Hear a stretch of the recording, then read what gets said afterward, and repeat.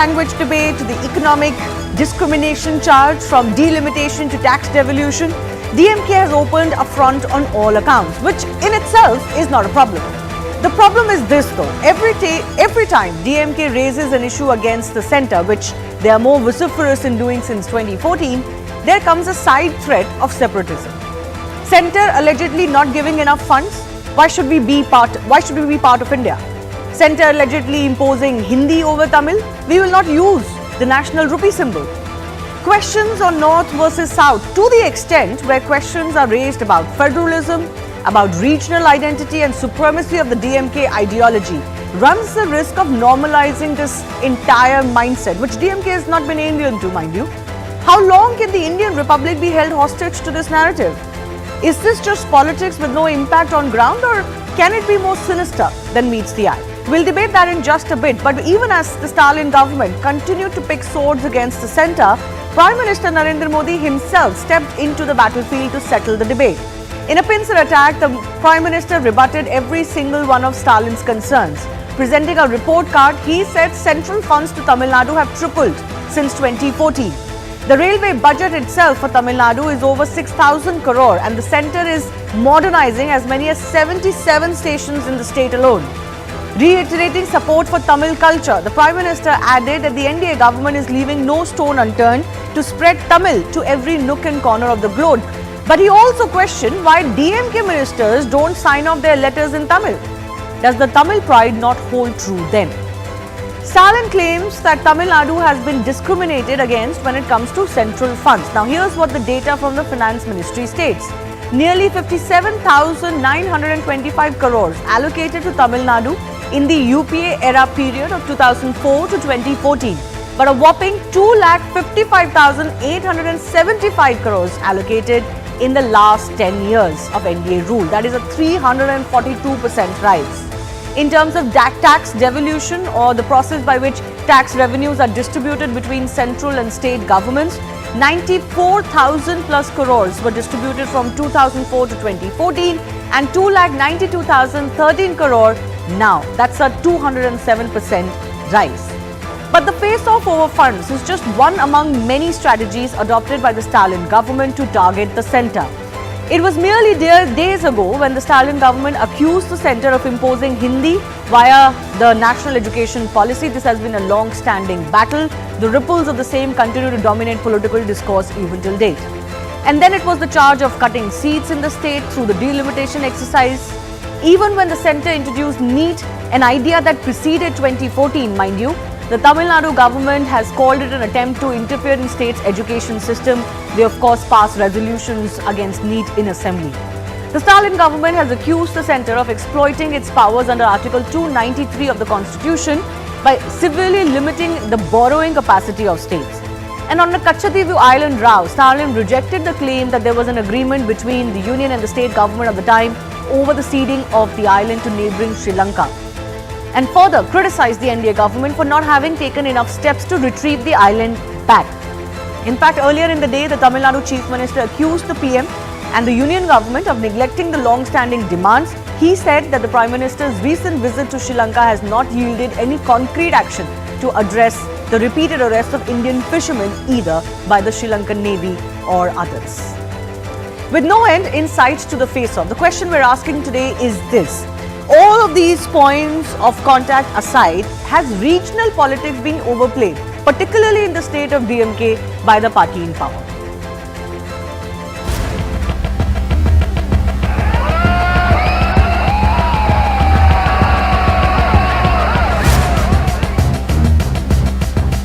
अरे तमिल का गौरव हो, मैं सबसे कहूंगा कम से कम तमिल भाषा में अपनी सिग्नेचर तो करो। तमिलनाडु के विकास के लिए 2014 से पहले की तुलना में 3 गुना ज्यादा पैसा सेंटर से दिया गया है। The government of India collects the tax and gives us a share. That share is a very less, that is what we say, that share is very less when compared to the other states, particularly the states which are run by the BJP.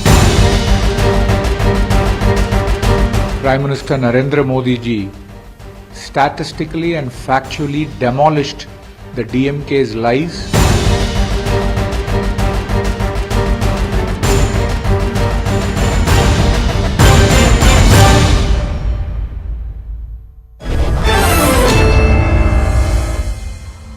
Let's go across to our guest joining us. Kalyan Raman is leader of the BJP. Salim Dharanidharan from the DMK party is joining us, and Kovai Satya, national spokesperson of the AIADMK, will also be joined by Pula Rao, political analyst, who will be with us soon. Salim Dharanidharan, let me begin with you. The Prime Minister has responded to a lot of charges that come from the DMK government. Let me begin with, let's say, the funds issue. The centre has given details of how many funds used to go to Tamil Nadu, let's say in the last decade or last decade versus the last decade. Where's the problem? If the increase is 300, 200%, you can't possibly make an argument that it has been neglected. You may not be happy with it, but certainly the charge of neglect or some sort of politics against Tamil Nadu doesn't stand. See, I'll tell you how it stands. In the assembly, the Tamil Nadu government during the budget had made a study and said the money that Tamil Nadu received in terms of GDP from the union government, the money that we received in terms of GDP has reduced from 3.6% to about 1.8%. This is a document, budgeted document. Point one. Point number two, every number will keep growing. In 2004, Indian GDP was 700 billion, right?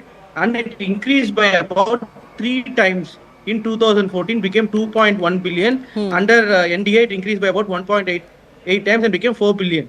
Everything is in dollars.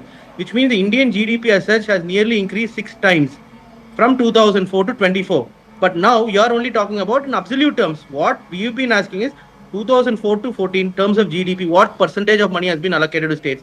Second point, 14 to 24, in terms of GDP, what percentage of money has been allocated to Tamil Nadu? Talk in percentage, not in absolute numbers, because every GDP will keep increasing. Every number, GDP numbers will keep increasing. And that being said, Tamil Nadu, Karnataka, Maharashtra are all developed states. And then there are some states which are underdeveloped, for which the union government gives more money. So union government as such has no money.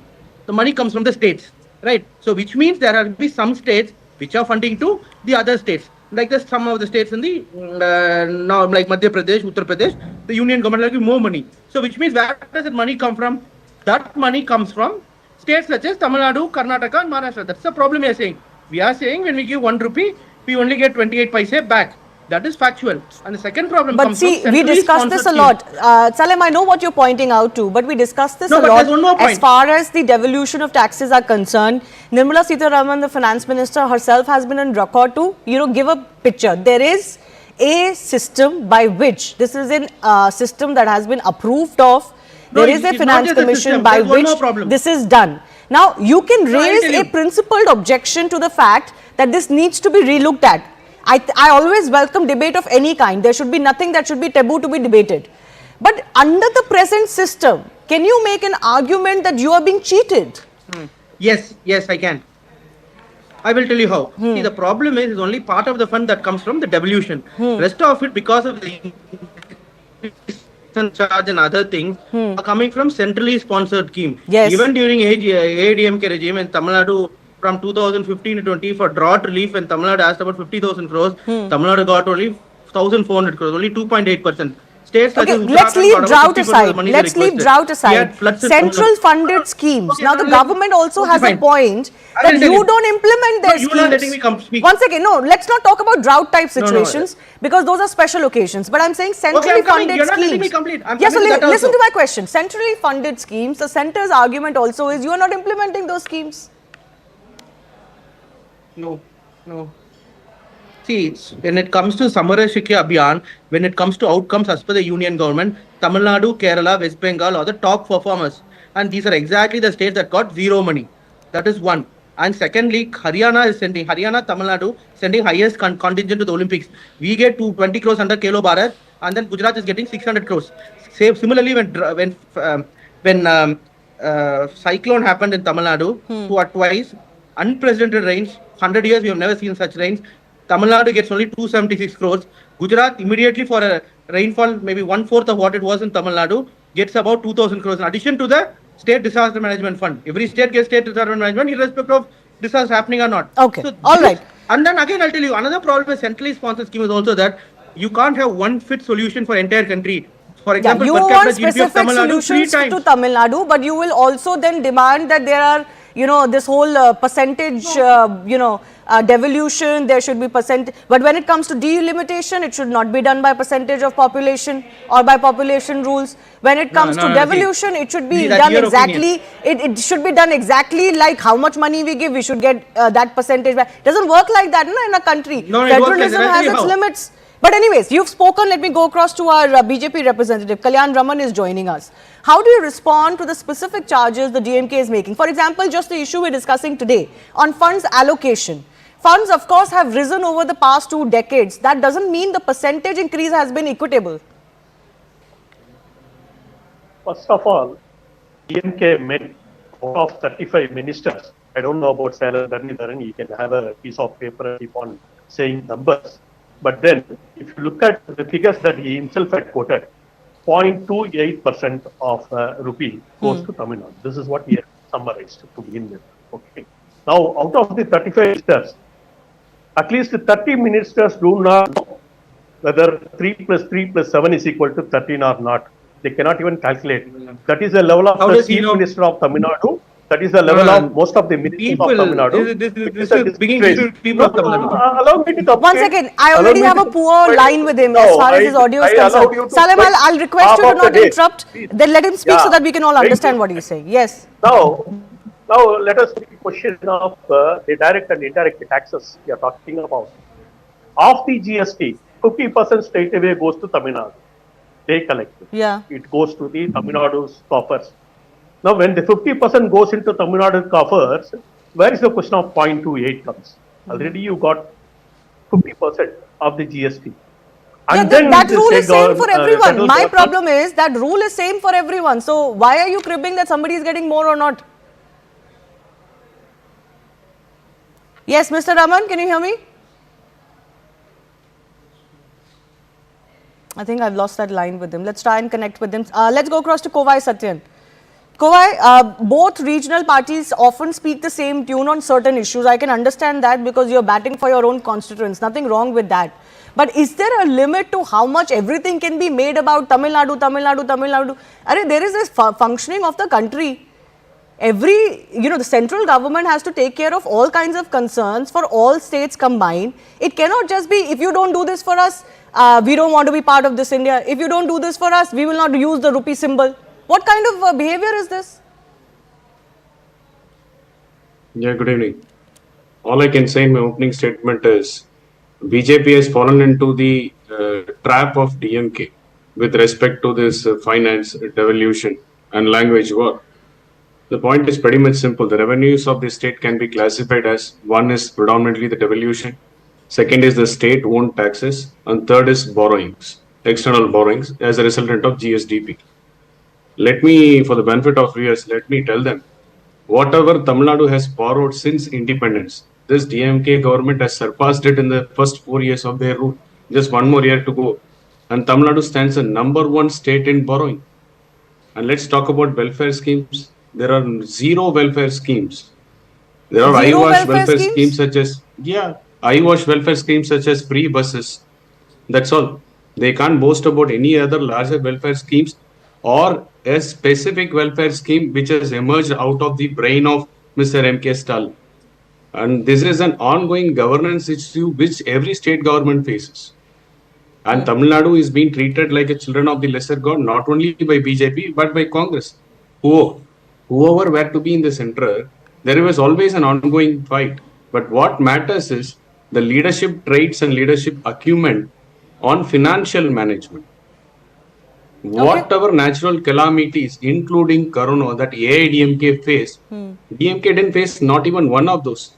But they still top in borrowings. And the individual debt is rising.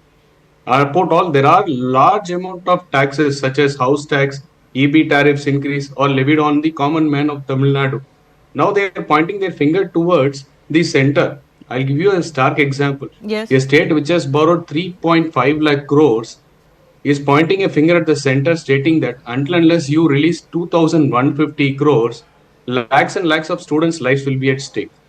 After we pointed this out, this has come out in the recent budget that they will bear it. And they've got a panel of experts, 5 or 10 people, somebody from abroad, expats, as economic advisors. Nobody knows what have they done for the last 4 years.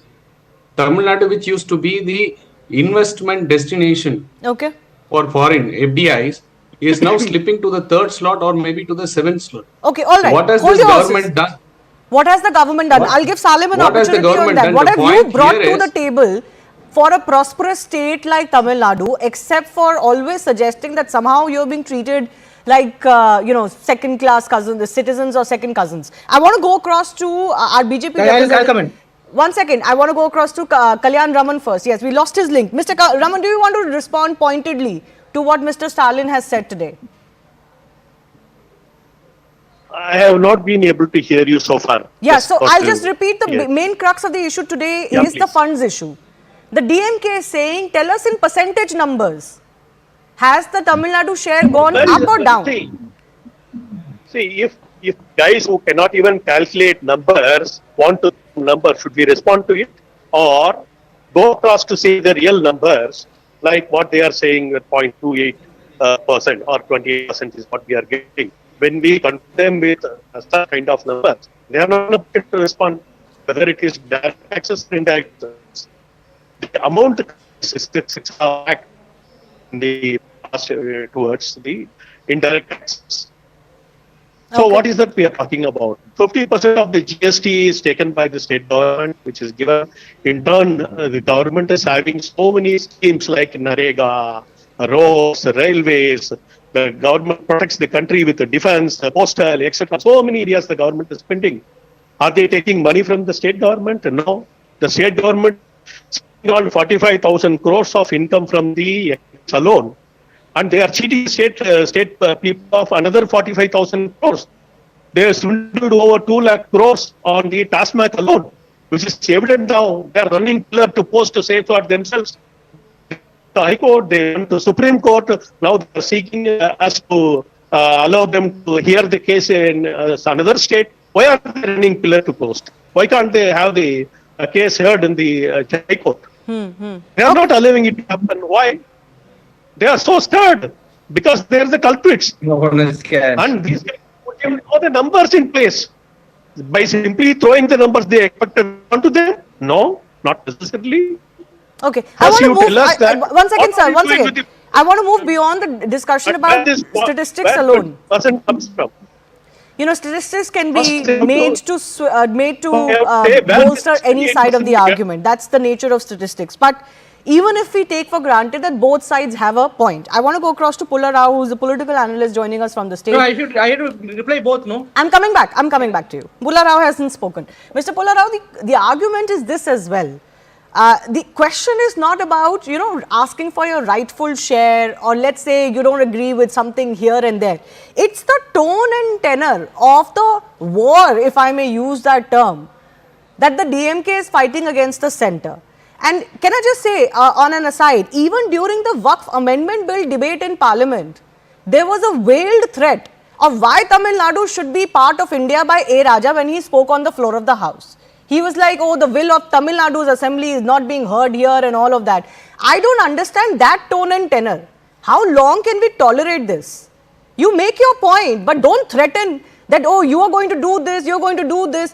For example, that whole charade about not using the national rupee symbol. What is this? Let me go back. You're quite correct. There's no point in going and nitpicking 0.05, 0.06 points, this, that. This to and fro will go on forever. Still in 1938, when Subhash Chandra Bose, the great man, was Congress president, he appointed Jawaharlal Nehru as head of the National Planning Committee, 1938. When we got independent, in 1950, the National Planning Commission was formed and the Prime Minister was chairman. It worked till 2014, and very sadly, I don't want to give any motives, impute motives, etc. The National Planning Commission, a great history, and bringing together states and central government. There was something called the National Development Council. They all sat once or twice a year. They discussed all these very problems which they are discussing in the media, which was just abolished. National Planning Commission. Why was it abolished? The Finance Then Commission when still the- works. No, because the Niti Aayog has different functions. Totally But different all functions. of this devolution of No, tax you- is still let being me- let me deliberated say- let upon. The me- policy exists. Let me finish another On top sentence. of that, Then you- GST didn't exist at that time. Right, Most of right, it is right. You now see, under GST. That council Now is you separate. have no forum. See, Shivani, let me finish. Another 30 seconds is not going to damage your stance or your other people's thing. That is the body regime again. These debates, these to and froing accusations go on in the public arena because where do they go and discuss?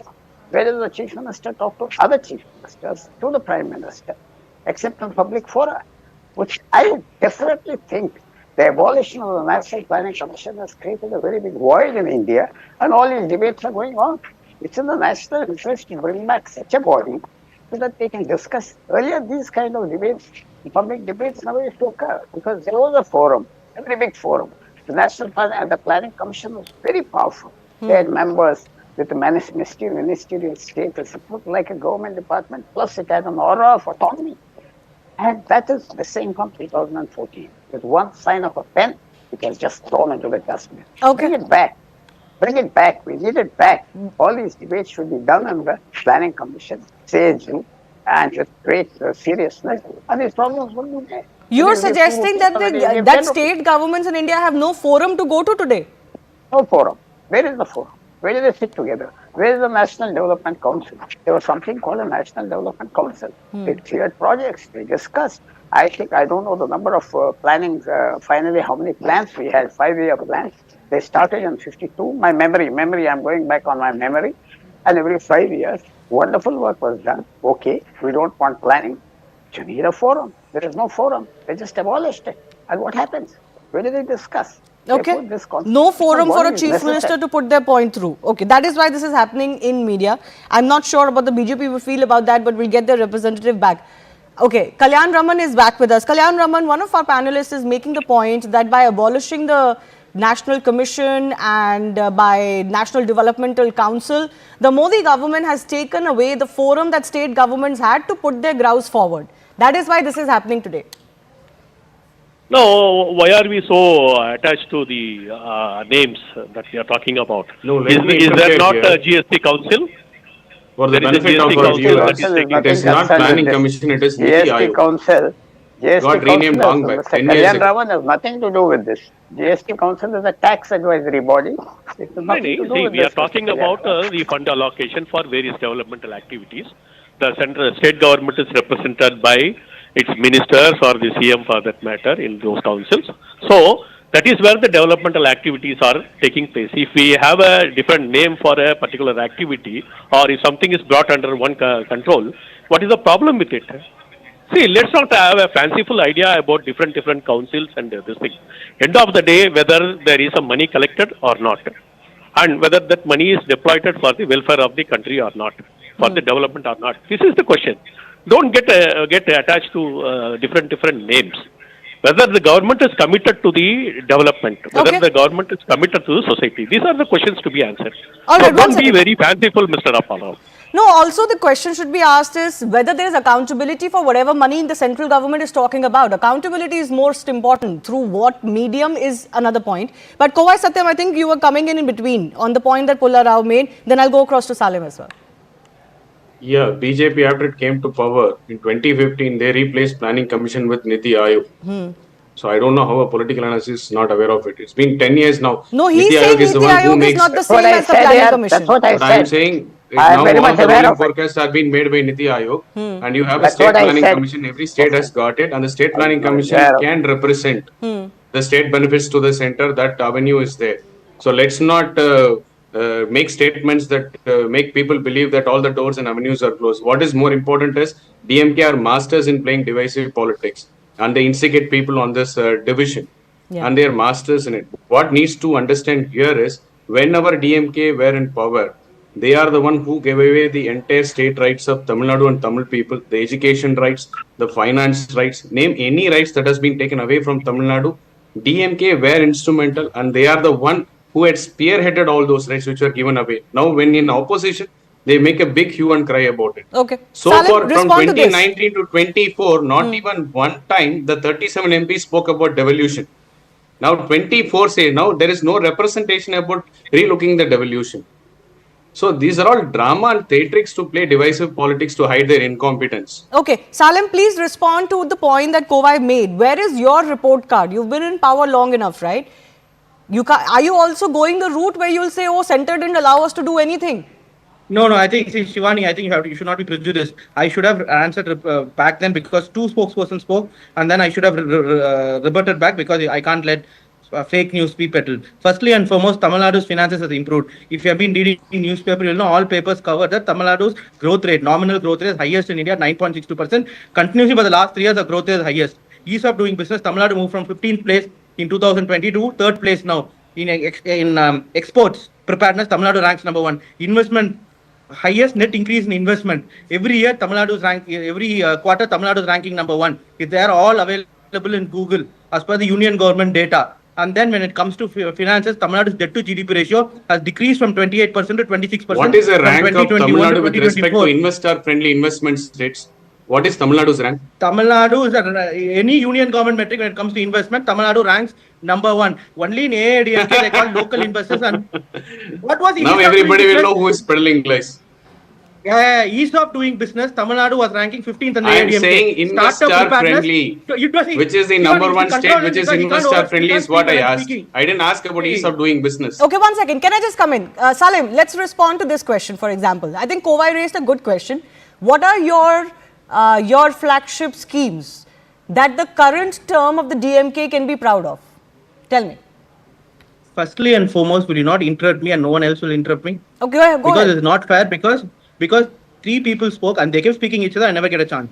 Firstly and foremost, AIDMK from 2019 to 2021 stopped all the schemes. The finance was so low. No, please talk about yourself. One by one, please. No, one by see, one. I'm going to go off right now. No, don't go off for anything. Just one by one. I will Salim, answer. you're getting the meat of the time because you are responding to 2 spokespersons. Because, I will allow you that. I request everyone to not interrupt. One second. They're paranoid. They don't want me to complete. No, nobody's paranoid. Don't get too touchy. Go ahead. Then let me go ahead. Did I interrupt? 2019 to 2021, they couldn't pay pension because of the retirement age increased from 58 to 59, 59 to 60. Their late Jayalalitha schemes such as Taliki Tangam, they stopped. After we came, because we wanted girls to study, what did we do? Pudhimai Pen Thittam. And then during COVID, all of them are given 4,000 rupees. And then 1,000 rupees to every woman folk, free bus transport. And doing all that, we reduced the debt to GDP ratio. We also reduced the revenue deficit, which increased from AIDMK. But Tamil Nadu was the revenue surplus state in 2011.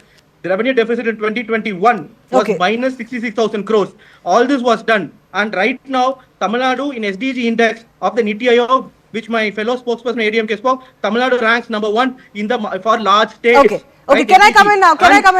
You've told me 3 things. One is girls' education. The other was a COVID period scheme. And one is the bus scheme that Kovai Satyan mentioned. Anyways, I'm going to move on.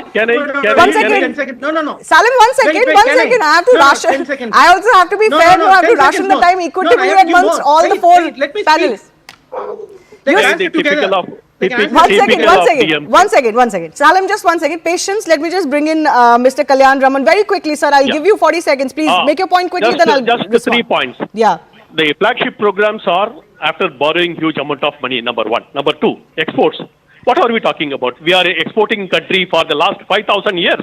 We were the largest exporters, 36% in 18th century until 18th century. One by one. Don't tell me. Don't tell me. We are the only state on the international ship route. Don't you know that? It is a simple geographical knowledge. If you don't know, but why AIDMK couldn't do it? Why your government is not able to do it? They have been doing it. They have been doing it. Okay. After borrowing so much of money and becoming the number 1 debt-ridden state. If you have to talk so proud about the so-called flagship scheme of throwing money to some poor ladies, that's not a pride. Oh, really? That's an insult to the player. That is a payment for the hard work they're doing. I know how the DMK. 1 second. Let's not descend into this. 1 second. Let me come in. He's disrespecting women. Okay, 1 second. Salim, 1 second. I want to ask you a question, which is also what I have been asking your fellow, politicians and spokespersons as well. Salim, 1 second, please. Respond to what I am asking.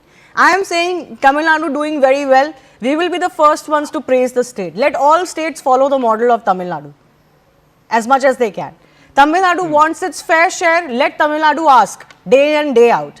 The only thing that people are saying, can we stop with this entire narrative that somehow you being in India is conditional to your needs or your demands being met? That is all I am saying. See, firstly, I have to tell, from 2014 to 24, manufacturing as a percentage of GDP reduced from 16% to 13%. Prime Minister told that he will double manufacturing percentage of GDP. Why has the manufacturing as a percentage of GDP reduced? Salim, you're not answering my question. This is the third time I've asked you. No, first I'm asking you a political question. See, DMK the narrative, the tone and tenor of every demand that DMK makes, why does it come? Why does it come with a side threat of some territorial integrity of India? No. I think that is what you make of it. Tamil Nadu as integral part of India, and DMK as a party wants unity in India, which is why we are fighting for it. I'll tell you this: more uniformity does not mean more unity. More uniformity only brings destruction of nations. So we do not want uniformity. We want the union government to understand that this is a pluralistic land. People speak different languages, people have different cultures, people have different food habits. Then that will be respected. The harmony in the country will exist. That is what DMK wants. That's what the Tamil Nadu people wants. So the country should have like some 28 different rupee symbols that are used?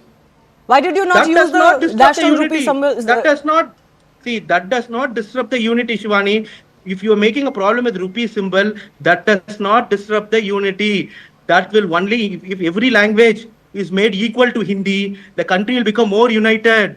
That is the major contradiction that we find with the BJP. BJP's idea of India is that there should be only one language and Hindi should be given supreme importance. There should be only one religion and that religion... No, but why is it that the DMK has a problem with Hindi, but you don't have a problem with supremacy of English? No, I don't have a problem with English.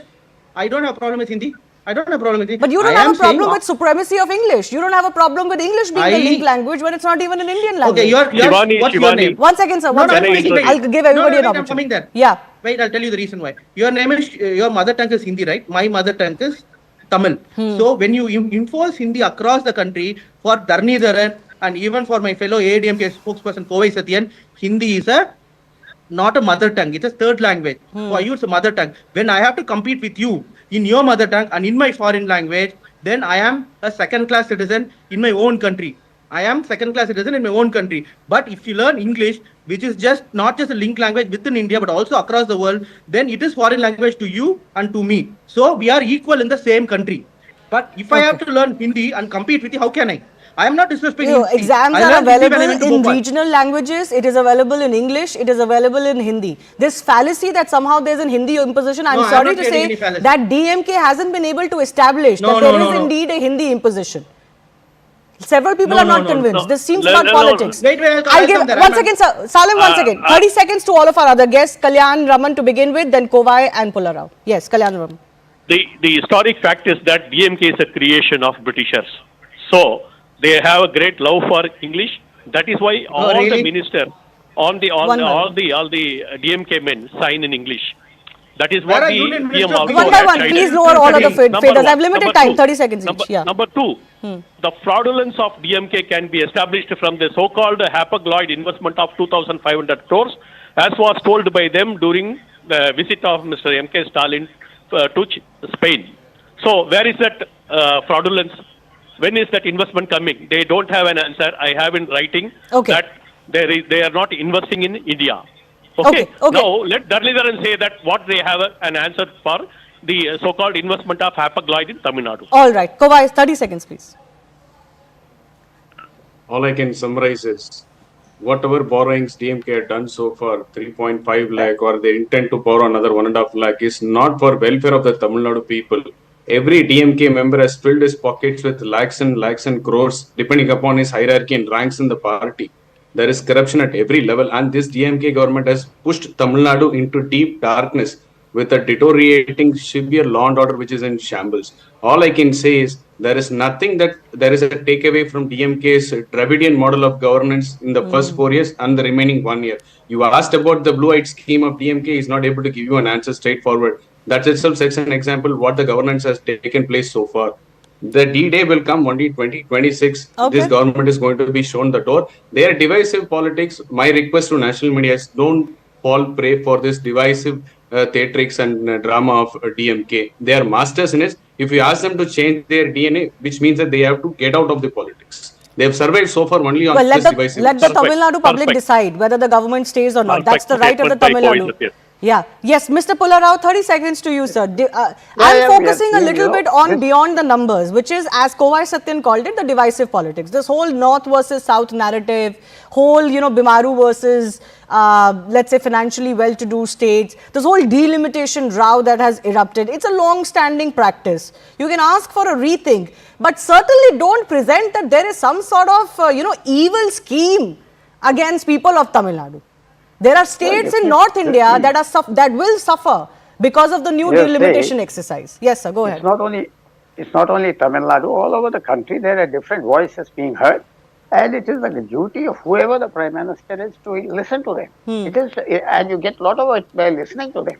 You can't have a unilateral view, neither the state government or the central government, and that's what we are saying. Therefore, definitely there's time to think over how these relations can be, and I stand by what I said. The body, like a planning commission, which was abolished in 2014, could be revived. Because there's a need for it. There's a need for more dialogue rather than in public fora. Okay. Therefore, this particular debate shows us we need more fora where the leaders can meet, talk, and try to settle things. All right. I have to leave it at that. I do thank all of our guests for joining us. Time for a very short break. On the other side, we will shift a focus on the entire aftermath of Trump's reciprocal tariffs on major countries and trade partners. Global markets are witnessing what many are calling is a bloodbath. How is India doing versus the rest? That and more on the other side.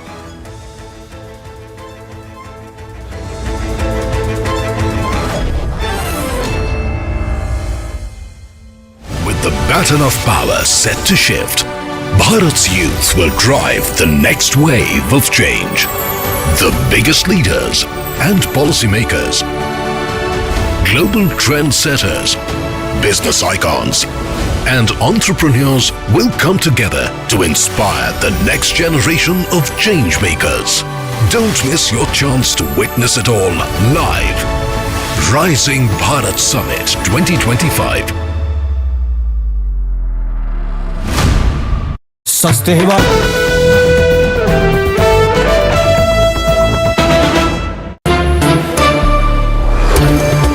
China, 67%. European Union, 39%. Vietnam, 90%. India, very, very tough. Very, very tough. They charge us 52%. Well, at the moment, the market is reacting to the fact that there was no ameliorative or softer statement from the US or from President Trump over the weekend. On Thursday and Friday, the US markets fell over 10%. The Nasdaq is in bear territory, which means 20% off its highs. When an index falls over 20%, you call it bear territory. The expectation was that after seeing such a fall, which has happened only 3 times before in recent history, during COVID and during the 2008 Lehman crisis, if he doesn't respond to that, then is he likely to not pull back at all?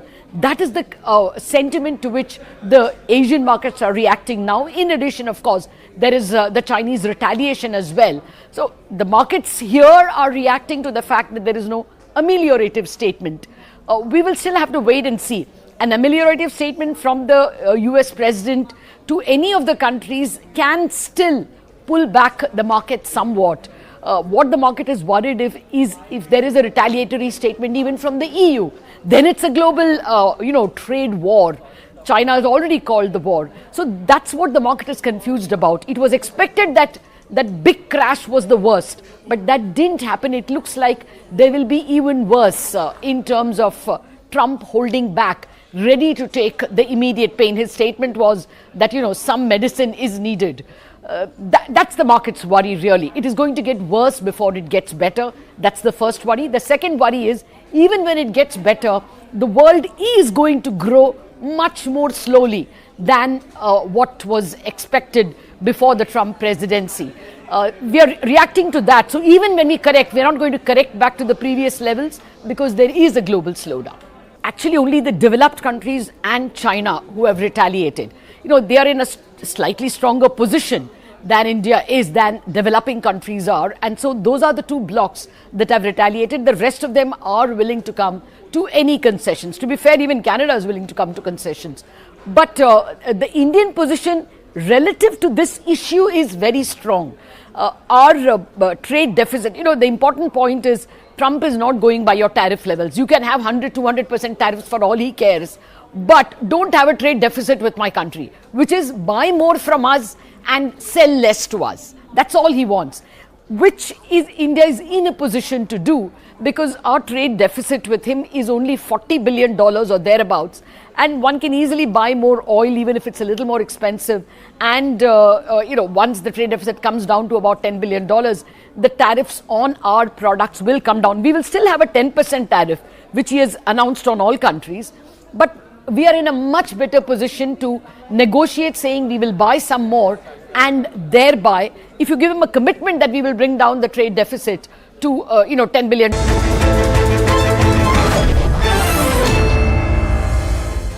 Welcome back. Since Donald Trump, the American president, announced new trade tariffs, global markets have experienced significant turmoil. The US stock market, represented by the S&P 500, dropped 10.5%, erasing over $5 trillion in value.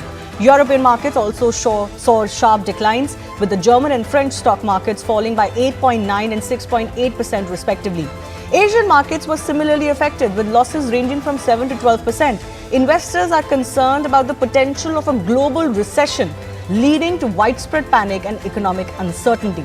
Let's take a closer look at how the Asian markets have fared. For example, Hong Kong is down almost 14%. This is the worst the market has seen since 1997. Taiwan has witnessed its biggest single-day drop at almost 10% today. Japan has sunk to an 18-month low. In China, the fall has been around 7%, but State Fund has had to step in to arrest the decline. And South Korea has also witnessed a 17-month low. By comparison, Indian markets are faring a little bit better, but the fears loom large of long-term perspectives. Today, the Indian stock markets closed with significant losses. The Nifty 50 closed at 22,161.6 points, falling by over 700 points. That's almost 3.5%. The BSE Sensex ended at 73,137.9, down by over 2,200 points, approximately 2.95%. Sensex has fallen to a 10-month low in early trade. 20 lakh crores were wiped out in the first 10 seconds, and all 13 major sectoral indices traded in the red. But the US president, for example, remains unfazed with all of this that has been called a bloodbath. Trump has equated this market meltdown to a bitter medicine that needs to be consumed in order to fix something, reiterating the charge that US has been treated badly by other countries when it comes to trade. He said that he didn't want anything to go down, but stood firm on his decision of reciprocal tariffs, claiming that global tariffs are important for long-term economic balance. He further said the United States has massive financial deficit with China and European Union, and the only way to curb deficit with nations is through tariffs. The ripples are being felt by the US economy too, particularly amidst this looming recession threat. Goldman Sachs, for example, has predicted the probability of US recession now standing at 45% from the earlier of 35%. JP Morgan claims the odds of recession in the US are at a whopping 60%. S&P Global, though, is predicting this range of 30 to 35% still. Experts are warning of gloom and doom in the global stock market. How will India fare this, and is it time to rethink a little bit on the American president's side, or is this a sign of things to come?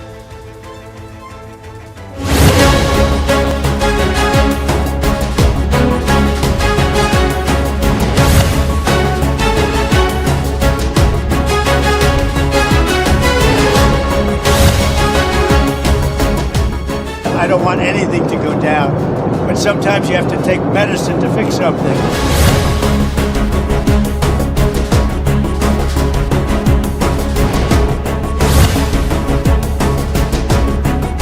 President Trump's tariff announcements have really spooked investors who expected the measures to be more contained. In summary, exercising caution is the name of the game, and that's what history shows us.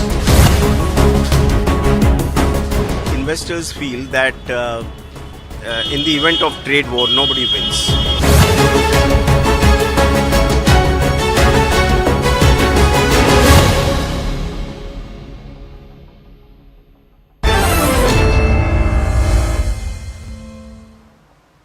First up, let me go across to my colleague Sanjay Suri, who is joining us on the situation that is prevailing in America. He's joining us live from Washington, D.C. Sanjay, begin by telling me what the sentiments are. Another week is starting. Have things settled down at all in the U.S.? Well, we are expecting a fresh round of upheaval in the markets here on Wall Street. The New York Stock Exchange is due to open a few minutes from now. And seeing what we saw with the US futures, seeing what we've seen by way of this collapse all around Asia, Wall Street is also expected to fall further. Of course, at some point, this will have to begin to flatten a little bit because you can't have the markets falling 5% every day. In a week or two, there'll be nothing left. So at some point, this will have to stop and stabilize, even if nervously. The fact is that the more Trump repeats and reiterates his message that the tariffs are here to stay, the more nervous the markets become. This, in fact, was provoked on Sunday evening when Trump was on his way back after playing golf all weekend on Air Force One, and there's a press contingent on board.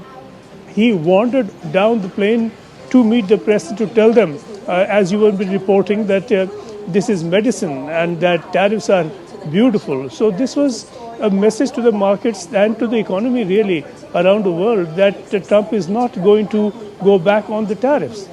The more he stays firm, the more he stays obstinate, as some people say, the more the markets will keep wobbling at the very least, if not declining further. Give me a sense, Ajay, of what the business voices in the US are saying now, because there seems to be an attempt to build some sort of pressure on the administration to say, okay, you've done what you've done, we get why you're doing this, but there needs to be a some rethink or some sort of a arrangement made, maybe even a stopgap arrangement made so that things can settle down. How is that going?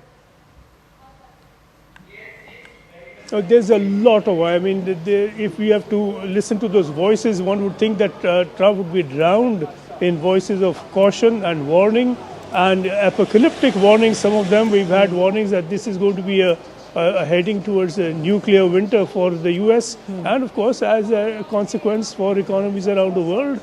So far, Trump has shown no signs that he is listening. On the contrary, he's again this morning put out a note saying that inflation is falling, not quite the case.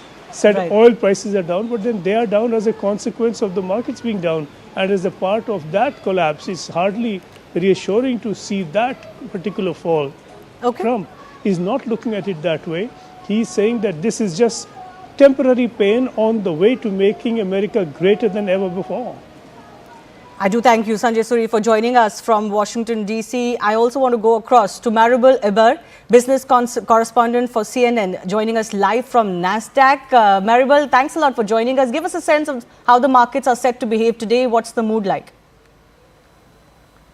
Hey, good morning, Shivanu. Well, the mood for investors is unsettled and anxious amid the escalating global tariff standoff. Now, futures have been trading down all morning. At one point, the Dow fell 1,000 points, slowly ticked up from there. It's still in the red as I look right now. Dow futures down about 2.26%. The S&P futures down about 124 points. That's 2.43%. And NASDAQ down 424 points or 2.42%. So Monday's trading session will open at about 15 minutes from now against those headwinds and that of European markets, which plummeted 6% immediately when they opened earlier today. Germany's DAX index dove even further, down 9.5% at the start of their day.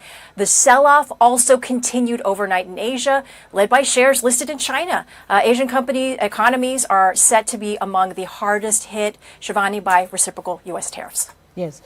Trump doesn't seem to be too perturbed, right? He says, he doesn't know about the stock markets, but American economy will see robust growth. How are the corporates reacting? How are the business folks reacting? Because there is talk about recession around the corner. What are they saying?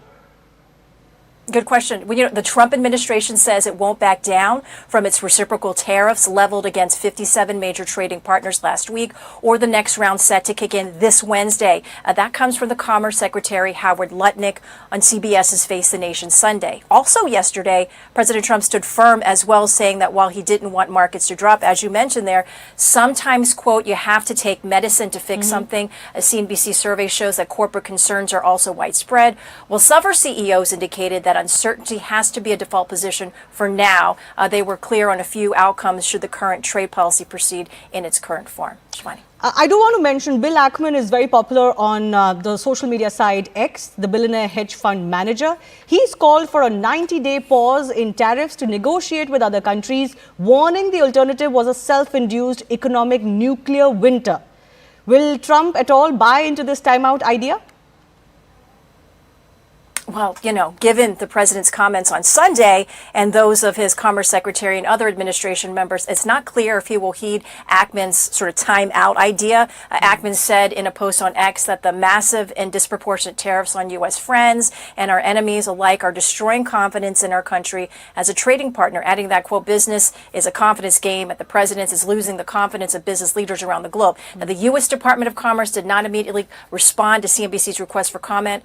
The consequences for our country and the millions of our citizens who have supported the president, in particular low-income consumers who are already under a huge amount of economic stress, are going to be severely negative. So again, it's a lot to think about, but I mean, we'll see what happens from here. I mean, obviously, we're watching the markets closely. Shivani. Yes, thank you so much for that update. Maribel Aubert, business correspondent, CNN, joining us live from NASDAQ. I also want to go across to our guest joining us. Kshitij Agarwal, CEO, Tequila Global Services, is with us. Kshitij, are we going to expect that some of this will settle down? Or do you also subscribe to the view that this will continue for a long period of time and result in some sort of nuclear winter? See, what I believe is US wanted like a small eye checkup, and what Donald Trump did was like give the whole heart transplant. So now we have a new heart, like he changed the dynamics a lot, right? And it is going to take time to see how the heart's going to, behave, how the world economy is going to change accordingly. Everyone, as you see the market reaction and all, the world is scared. The world don't know where it's heading. And then, it's up to us, like, how we want to see it, whether we want to see it as a fear or we want to see it as an opportunity. That's completely up to us. But can I ask you though, tariffs are not new as far as the trading world is concerned. Most countries have tariffs, some have very high tariffs as well. Why is it that the US tariffs are suddenly creating such a scare? Because US is still like the global power, right? US is still one of the biggest importer in the world. And as you see, like the moment he has put the tariff, every country is now trying to renegotiate with them or provide like a reciprocal tariff. So it's always like one of the key thing, and that also shows that how much I would say how much power we have given to US, how much I would say dependent we are on US. That now it's a time to probably even start looking for other options like APAC or Europe and all, where such things should not happen. When you give too much power to one person, this is always like a risk. So many countries are responding to this by reducing their tariffs. Do you think that is a way more countries could go?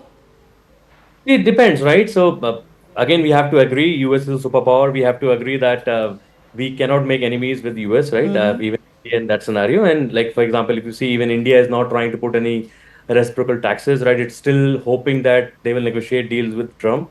And I think that's the right way. Honestly, that's one way. But the other way, I would also say the way the market is reacting, because I think, of course, the world is going to be affected, but the most effect I am seeing right now is going to be in US. Because what Trump is trying to do is to bring back the jobs in America, to bring back the manufacturing in America. But what he missed or what he has not done is to set up the infrastructure for America to support that, because to bring back an industry, it takes anywhere from 3 to 5 years. So are Americans ready to bear the high cost for next 5 years, before they create that? I think he's going to get a lot of heat and he's going to let up things to roll back the tariffs. But let's see how it goes. Well, he's certainly delivering on what his promises have been. This has been a long-standing position that Donald Trump has had. So he has a good political base that has backed him for that. But I do want to ask you about India. The markets have held at 22K level. Do you feel that the Indian market will stabilize? Or do you sense that even in India, there's going to be turmoil for quite some time? If you compare India market compared to other regions like even US or Japan and all, I think other countries have been falling by 10% or even more than that. Yes. I think what India has done is fairly good, right? And I really hope that it doesn't fall further. But see, we have to be like, as I said, the market is uncertain, right? So people don't know what to do right now. And especially the buyers, of course, there's a stall in buying, but selling can happen. So I feel that maybe for another 2 days, there might be some, the market might, slump a bit. But it's up to us how the new policy. If I think it's where Modi ji has to come up with some new policies, some new things like promote more Make in India and more initiative, maybe reduce the way of working in India very easy, like invite more companies, maybe see it as an opportunity, right? If Modi ji can turn it as an opportunity for India, of course the market will roll back, right? But for doing that, someone has to take strong measures, especially for ease of doing business in India, to attract all those big capital players to invite in India. I think it's an opportunity for me, honestly, and it's also a wake up call for us. Yes, and how absolutely. No, I think that's a good way to put it. Wake up call plus an opportunity, as all wake up calls should be. So this is a good wake up call in that sense. I do thank you for joining us. On that note, wrap on this edition of Plain Speak. Stay with us after a very short break. The Right Stand with Anand Nusif.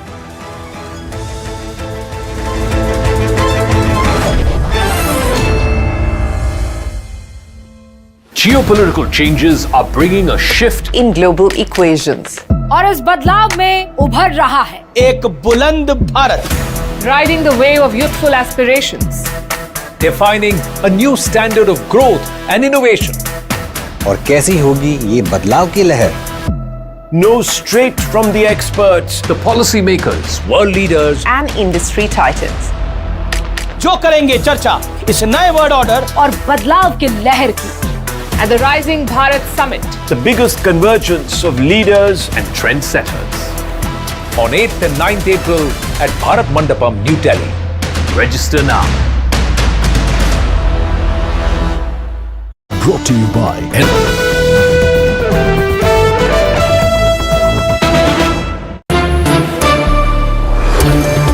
China, 67%. European Union, 39%. Vietnam, 90%. India, very, very tough. Very, very tough. They charge us 52%. Well, at the moment, the market is reacting to the fact that there was no ameliorative or softer statement from the US or from President Trump over the weekend. On Thursday and Friday, the US markets fell over 10%. The Nasdaq is in bear territory, which means 20% off its highs. When an index falls over 20%, you call it bear territory. The expectation was that after seeing such a fall, which has happened only 3 times before in recent history, during COVID and during the 2008 Lehman crisis, if he doesn't respond to that, then is he likely to not pull back at all? That is the sentiment to which the Asian markets are reacting now. In addition, of course, there is the Chinese retaliation as well. So the markets here are reacting to the fact that there is no ameliorative statement. We will still have to wait and see. An ameliorative statement from the US president to any of the countries can still pull back the market somewhat. What the market is worried if there is a retaliatory statement even from the EU, then it's a global, trade war. China has already called the war. So that's what the market is confused about. It was expected that that big crash was the worst, but that didn't happen. It looks like there will be even worse in terms of Trump holding back, ready to take the immediate pain. His statement was that, some medicine is needed. That's the market's worry, really. It is going to get worse before it gets better. That's the first worry. The second worry is, even when it gets better, the world is going to grow much more slowly than what was expected before the Trump presidency. We are reacting to that. So even when we correct, we're not going to correct back to the previous levels because there is a global slowdown. Actually, only the developed countries and China who have retaliated. They are in a slightly stronger position than India is, than developing countries are. And so those are the two blocks that have retaliated. The rest of them are willing to come to any concessions. To be fair, even Canada is willing to come to concessions. But the Indian position relative to this issue is very strong. Our trade deficit, the important point is Trump is not going by your tariff levels. You can have 100-200% tariffs for all he cares, but don't have a trade deficit with my country, which is buy more from us and sell less to us. That's all he wants, which is India is in a position to do because our trade deficit with him is only $40 billion or thereabouts, and one can easily buy more oil even if it's a little more expensive. And once the trade deficit comes down to about $10 billion, the tariffs on our products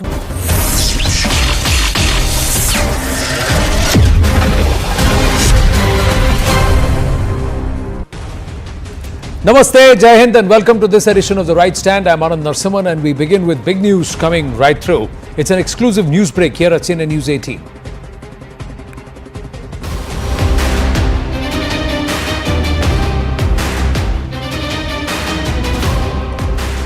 As per information accessed by Network 18 Group Editor Investigations and Security Affairs Manoj Kumar Gupta, intel agencies in Bharat are wary of demographic shift in Nepal, and it's a notable demographic shift in Nepal where the Muslim population has significantly increased from 4.2% in 2001 to 5.09% in 2021. And this beats all the TFR rates and the growth rates, birth rates in that entire region, clearly showing that this is an external influence or influence beyond just nature, the workings of nature. Now, especially after the monarchy's abolition, this entire shift has been noted. CNN News 18 in the past has brought to you the worrisome situation that exists in that no man's land area between Bharat and Nepal. And we did this sometime in 2023, and this is perhaps further in continuance with that input. Now, the Communist Party of Nepal, Maoist, played a crucial role in creating favorable conditions for Muslim settlements, establishing legal environment with job quotas and funding for madrasas. This happened in 2015, and according to sources, politicians have been manipulating the situation in order to retain power and amass wealth, leading to a notable rise in the Muslim population near the Indo-Nepal border. So therein highlighting CNN News 18's story just about 2 years ago. The proliferation of madrasas and mosques in these regions is causing demographic shifts and raising security concerns. Some 4,000 madrasas near the Indo-Nepal border are under scrutiny for foreign funding, particularly from Pakistan and Gulf nations. Muslim migrants, including Rohingya from Myanmar, have